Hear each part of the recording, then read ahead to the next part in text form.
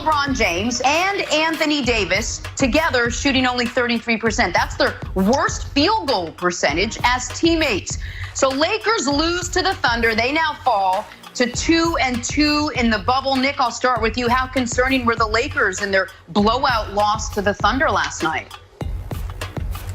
This was the single worst offensive game the Lakers have played all year. And I think I'm going to surprise the audience here. But I've got a semi-major announcement, or I guess a couple of them. Based on what we've seen in the bubble, the Los Angeles Lakers aren't the best team in basketball. They're not the favorites to win the title. And based on what we've seen in the bubble, LeBron James isn't the best player in the league.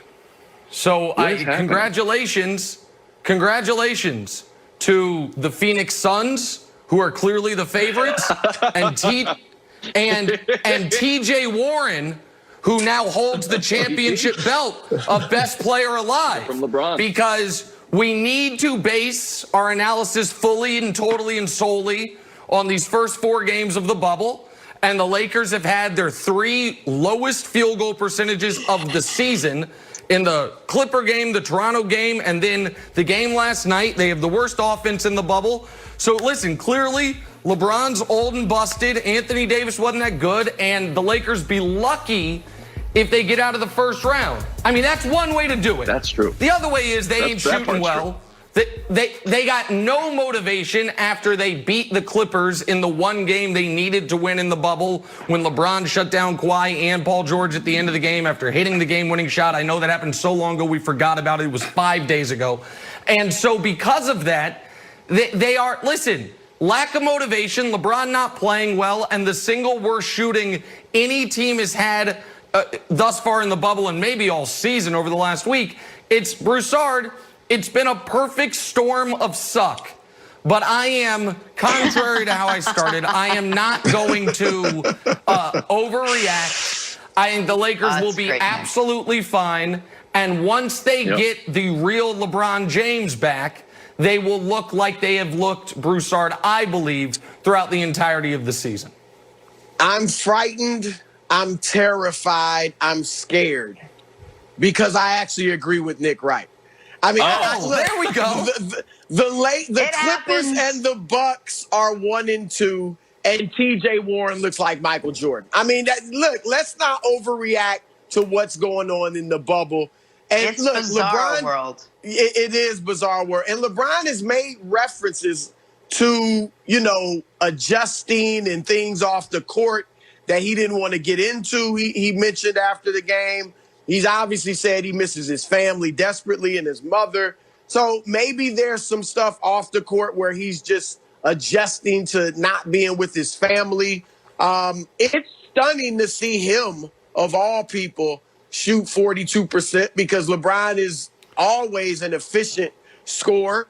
It's stunning to see Anthony Davis have 9 points in a game because you rarely see a player of that stature, Joel Embiid notwithstanding, ever have a game where they score in single digits. So it's a bit odd, but I'm not going to overreact like Nick said. And one thing I think about LeBron, if you just go back in his history, I remember his rookie year, preseason looked bad. And his first game ever, which I was at in Sacramento, he plays like a Hall of Famer right away. As soon as he gets in the NBA, 28 points. We've seen him in the past at times struggle in the regular season, particularly in Cleveland last year, at times just coast. And then here come the playoffs, and he turns it up. I think that LeBron, do meaningless games really mean anything to him? And especially at this stage of his career. So he may just be coasting, getting himself in shape, trying to get other guys involved. And I have no doubt that when the playoffs come, we will see the real LeBron James. But what is a little bit concerning is the shooting, because they have gotten open looks and they have been missing. And they're not a great three-point shooting team anyway. They were 23rd in the league in three-point percentage. So that has to change. When Kyle Kuzma's your most consistent guy, that's a bit scary. So Nick, tell me if you subscribe to this theory. There's an old joke. It says if like someone's got to be the #1 heart surgeon in America, and he put it on, of course, I'm the #1 heart surgeon in the world. It's like, all right, well, if we're going to start ranking heart surgeons, that means someone is dead last in heart surgery, and someone's got an appointment with him this week. So when LeBron talks about big games, we know he shows up for big games. He shows up. We know he's going to show up on Christmas. We know he's going to show up in the playoffs. And when you looked at this schedule and we talked about how important the #1 seed was for him, he clinched it. They're not going after their Bucks, so it's literally nothing to play for. I think there's just, you can take sort of a mental vacation. I'm not putting any sort of credence into this game at all.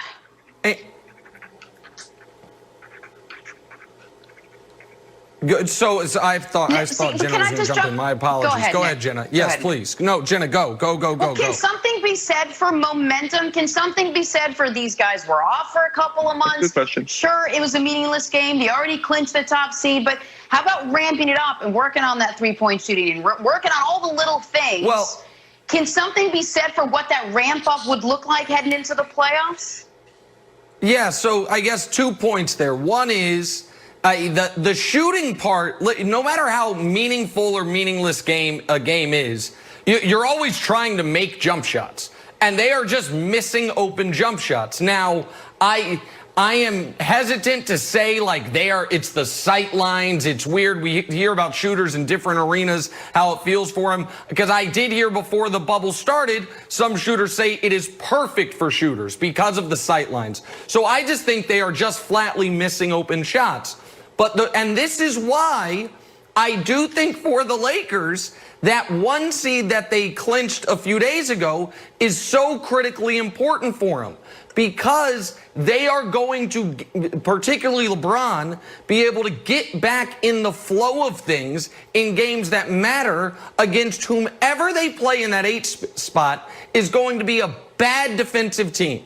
Whether you get New Orleans, Memphis now without Jaren Jackson, which is falling apart, or Portland, LeBron is going to get back in rhythm offensively in that first-round series. Had they not taken the regular season seriously, Broussard, I would be more concerned right now because you'd be staring at a first-round matchup potentially against Dallas, who has a great player. I heard a scurrilous rumor last night, Broussard, that you went on the radio and said that they've got the greatest 20-year-old player of all time. I couldn't believe it was true.